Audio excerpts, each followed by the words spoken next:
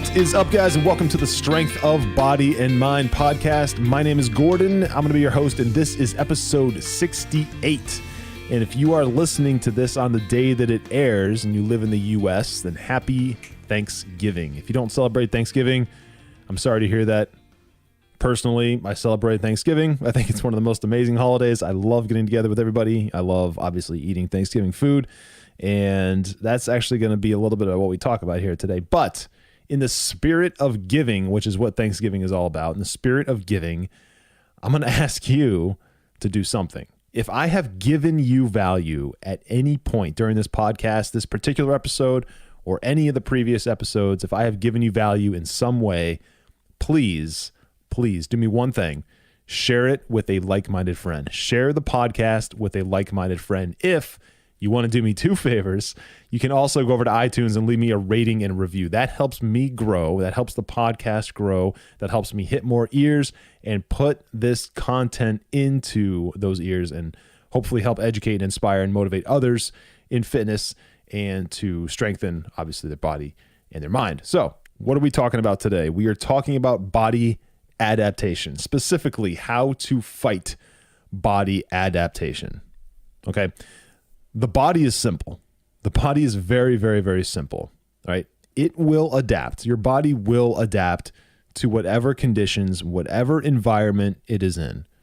There are extreme cases where it can't, obviously, and then there's the obvious things where it can't adapt to live in like sub-zero temperatures without some sort of shelter, obviously, right? But in general, the body can adapt to so many different environments. It can adapt to so many different things. It can thin its blood. Your body can thin its blood to survive in hotter temperatures, and it actually kind of does something similar, the opposite, to survive in cold weather. It does cool things like your body, it starts shivering. You start shivering. The reason you're shivering is to try and keep your body warm.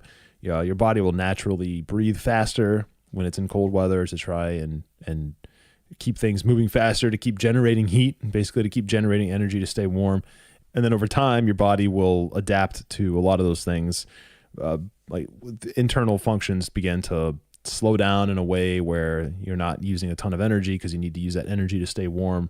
Anyway, your body can adapt to stuff. Okay, that's the point. Now, when it comes to fitness, your body adapts to that as well. Your body adapts to the things that you are introducing it to, the stresses, the physical resistance that you are exposing it to, the endurance that it needs to, the cardio that you're exposing it to, in which it needs to develop and adapt to the endurance needed to keep up with that.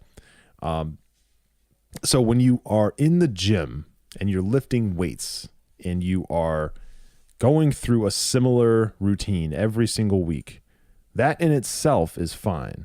Okay, that in itself is fine. But what will happen over time, this is guaranteed, what will happen is if you continue to follow the same routine day in and day out, week in and week out, month in and month out, your body will only develop the strength it needs and the energy that it needs and the endurance that it needs and the stamina that it needs to get through that. So your body doesn't see a workout as a way to improve. All your body sees when you go to the gym, when you work out, all your body sees is a stressful engagement, a stressful activity. It sees a period of time where your body is being basically stressed. It's being tested. It's being challenged. That's all it sees. It's a stress, a giant stressor. So what your body does is it has developed a technique to handle that. It's basically a defense mechanism. Okay, because when you lift weights, you are damaging your body and to an extent. You're strengthening it, but in order to strengthen it, you're damaging it. And that is a form of stress on the body. It's a form of physical stress on the body. So your body sees that as a stress, and your body naturally wants to survive and be able to withstand the blow of that stress. That's all it cares about, is surviving. Your body only wants to survive and endure. Just remember that. No matter what you put your body through, all it wants to do and what it will continuously strive to do is to adapt and endure. Adapt and endure. Handle the load, handle the stress, whatever it is, and endure it and move on. That's all your body wants to do. Your body doesn't know that it needs to strengthen itself. It doesn't know that it needs to or wants to or that the person controlling the body wants to look differently or have a different aesthetic or whatever. It doesn't know any of that. All it needs to do, all it wants to do is endure the stress that's imparted on it and move on. So you, in order to get to your fitness goal, whatever it is, you are continuously introducing that stressor over and over and over again.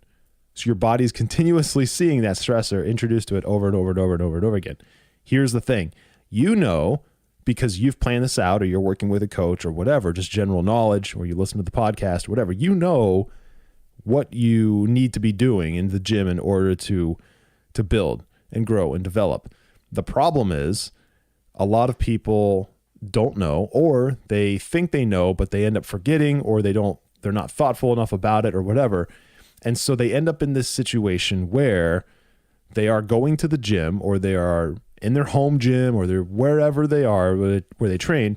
They are introducing that stressor in the form of a workout, and it feels good, and they feel accomplished, and they feel like they're rewarding their body by going through that workout, which is great. But then they do it again, and then again, and then again, over and over and over again, day in and day out, week in and week out, month in and month out, and for some people, year in and year out. Well, what do you think your body is doing if you are going through the same routine over and over and over again? And by the way, the same routine, that doesn't necessarily mean the exact same exercises. Sometimes you can switch up the exercises, but still not really be changing anything. Okay. Sometimes, like if you were to substitute leg press on this machine versus leg press on this other machine, you know, you think it's different because it's a different, I don't know, one of them is let's just say you do laying down angled leg press, like traditional leg press, and you decide to substitute that for hack squats, which is a little bit different. If you just substitute that one exercise and call it a completely different exercise, but the amount of weight you're doing is about scaled, about the same, that's not enough. Okay, that's not enough. And if you've done this, if you've encountered this, then you know it's not enough. Your body will adapt to the level that it needs to adapt to and nothing more. Your body will not continue to strengthen. It won't continue to build muscle. It won't continue to burn fat if it doesn't have a reason to. If it doesn't have the stressor and all of the elements in place for all those things to happen, it won't just do them. You can't just go through this boring, slow, lazy, non-energetic type of workout that doesn't challenge yourself and expect great results. It does not happen. Going to the gym for an hour, 4 days a week, that in itself, like that statement, is not enough. Okay, what you need to do is do that, but do it with thoughtful intent. I talk about strategy. I talk about goals a lot. Okay, but here in this podcast, I'm going to talk about a little bit higher level, a little bit bigger picture, just some general principles that if you always keep these in mind, 365 days a year, then you will continue to make progress every single time you step into the gym. Every single time you work out, you will make some progress, because all you need to make in order to actually achieve your goals, most likely, is one small step every single day. That's it. One small step every single day. It doesn't have to be huge. It doesn't have to be this massive leap. You don't have to reach that goal in 27 days or 43 days. You don't have to do that. You can take one small step. In fact, that's usually the better way to try and go about it. If you try to rush things, if you try to accelerate things, that usually always ends badly.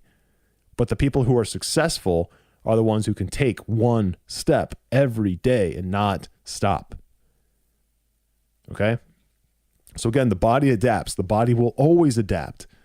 And it will always adapt to the level that it needs to in order to endure the stressor that is being imparted upon it. So, what are some ways that you can keep your body from adapting? How do you actually fight body adaptation?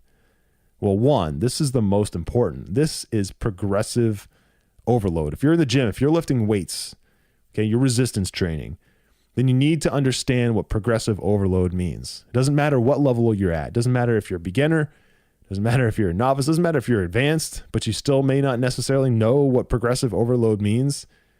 Progressive overload, it means It's what it sounds like. Okay. The name, progressive overload. You are progressively overloading your body. I did an entire episode on this, but I do want to touch on it right here.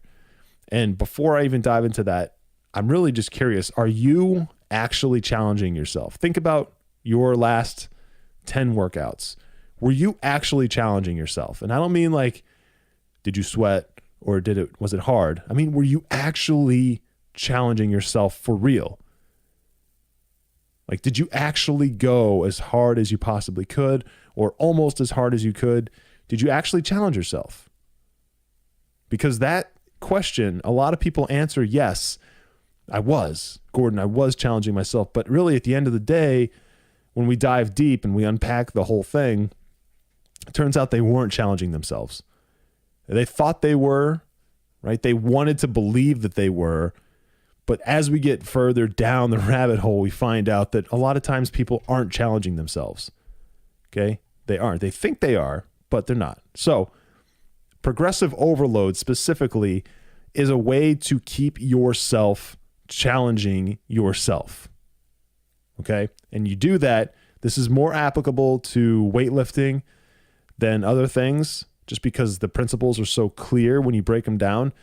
And it looks like this. If you are the type of person to lift weights or do some sort of resistance training, and you are operating to a program that has you doing like 12 reps, like 3 sets of 12 reps, like, that's just an example. It could be anything. Or 5 sets of 10 reps, and then move on to the next exercise and do the same thing. Whatever that next exercise is, do the same set, like the same set count and same rep count, 5 sets of 10 reps, whatever it is.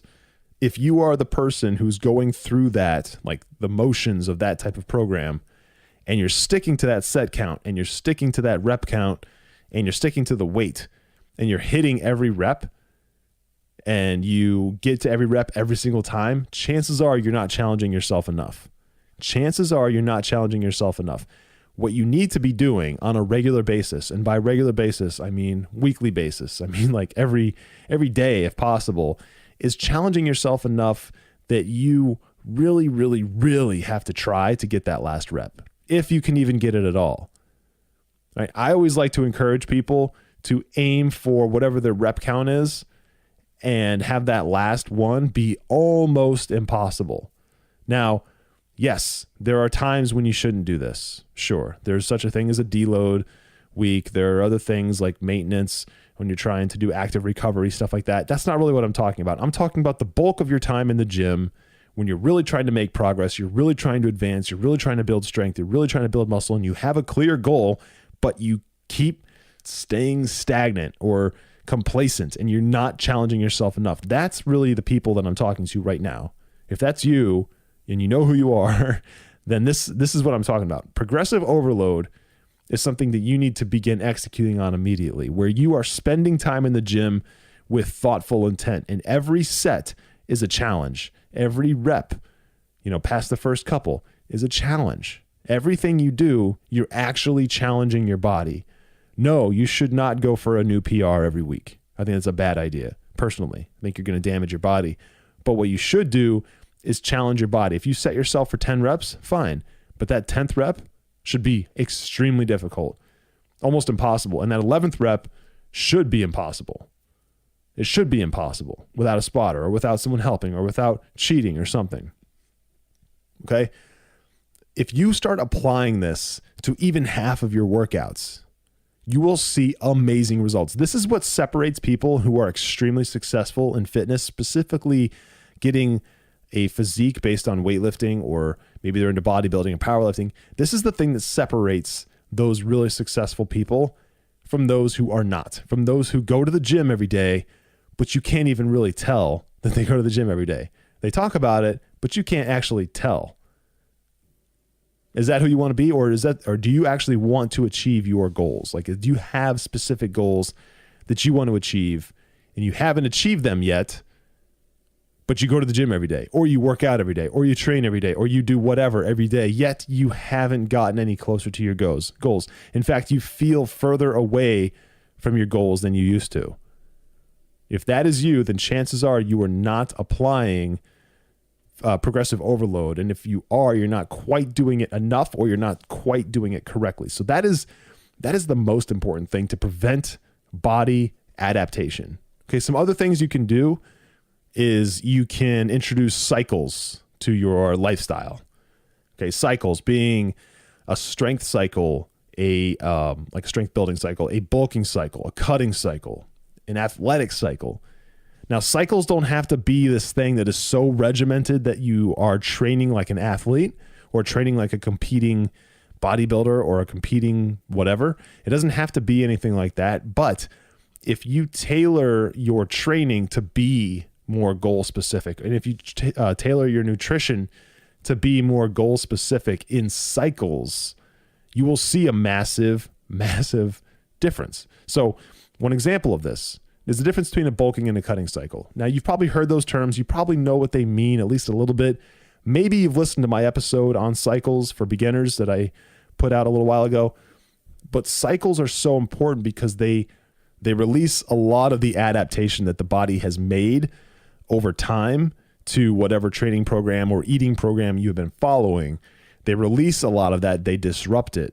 Okay. They stir things up and they get your body thinking differently, acting differently. So for a bulking cycle, for example, you would be really, really focused on lifting. Doesn't have to be overly heavy, but you would be lifting a lot. You'd be lifting using really, really intensive progressive overload concepts. Okay. So that you're getting to that last rep. It's very difficult. It's very challenging. Maybe you're doing a hypertrophy program where you're lifting like a 2 seconds up, 2 seconds down every rep if you want to follow the traditional model. And you're really, really, really challenging your muscles to grow. And at the same time, because you're bulking, you're eating in excess of calories, but those calories are coming from clean carbs and protein, and you're just doing it the right way. Okay. You do that for 3 or 4 months. And then after that, to change it up, you go into a caloric deficit, a slight caloric deficit, down by 200 or 300 or 400 calories from your maintenance caloric target.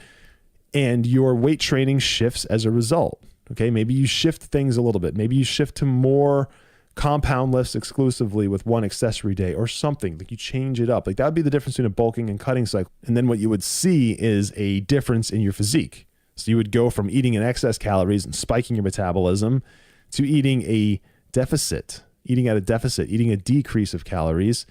And you would see an immediate like fat loss result. And then over the course of 3 or 4 months, you would trim body fat like crazy. Okay. And chances are, if you're training appropriately and you're eating relatively appropriately, that cutting cycle isn't even going to be that detrimental. It's not going to be that difficult to pull off. It's not going to be like agony. Okay. But when you change things up, when you do things like that, you keep your body working. You keep your body from entering that adaptive mode where it's just adapts and then stays the same, because that's what you want to change. You want to adapt and then change, and then adapt and then change, and then adapt and then change over and over and over and over again. And you're the person, if you're the person that's doing this, if your body has adapted to what you're putting it through. That if your body has adapted to whatever gym routine you're following, whatever nutrition plan you're following, and probably if you're the person that needs to change this up right now. So change up your stuff, change up your routines. The other thing you can do is try something completely new. If you are the type of person who spends a lot of time training like a traditional bodybuilder, for example, then why not go and try a CrossFit workout? Go hit up a local CrossFit gym and do one of their WODs, their workout of the day. Do something like that. Change things up. It's not that different in terms of like it, CrossFit is still heavy lifting. It's just different, right? It's different, but it's not. And if you're a CrossFitter and you are vehemently dedicated, like passionately dedicated to CrossFit, that's great. Why not go hit a bodybuilding workout? Go try it. Go try a bodybuilding workout for a week. Go try powerlifting exclusively for a week.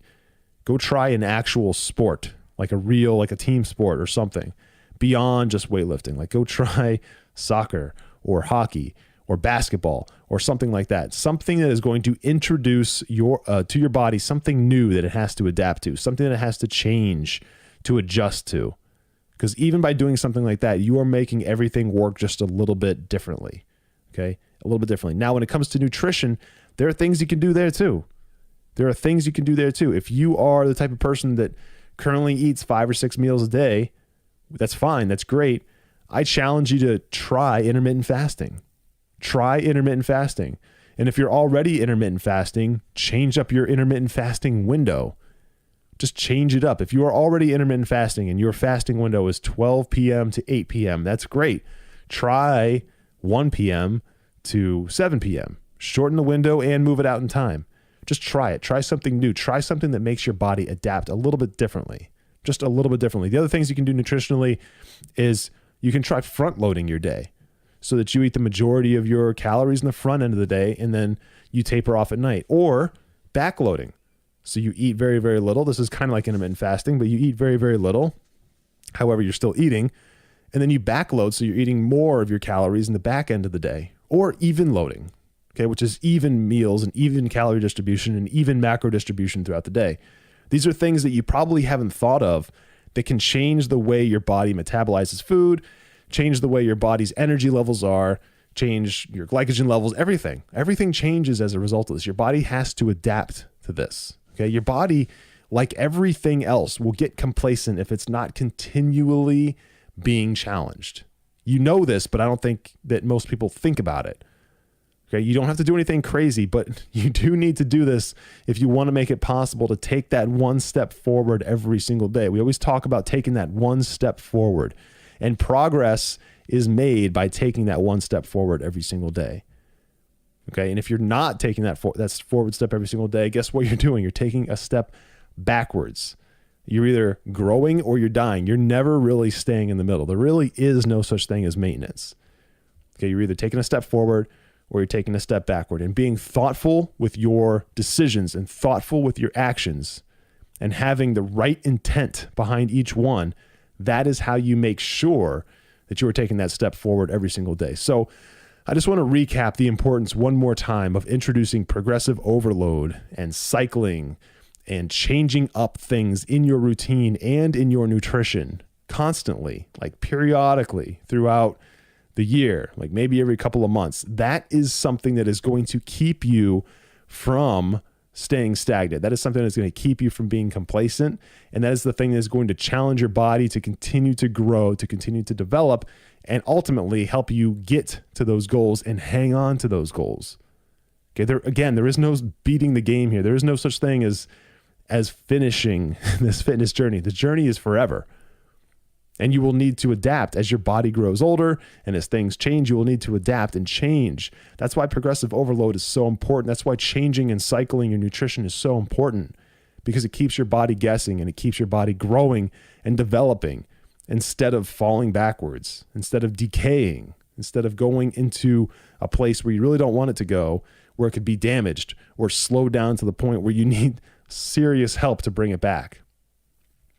And do this again by cycling, by progressive overload, by constantly changing. So that's it, guys. I hope I drove it home. You need to constantly change and challenge your body in order to keep it growing and developing.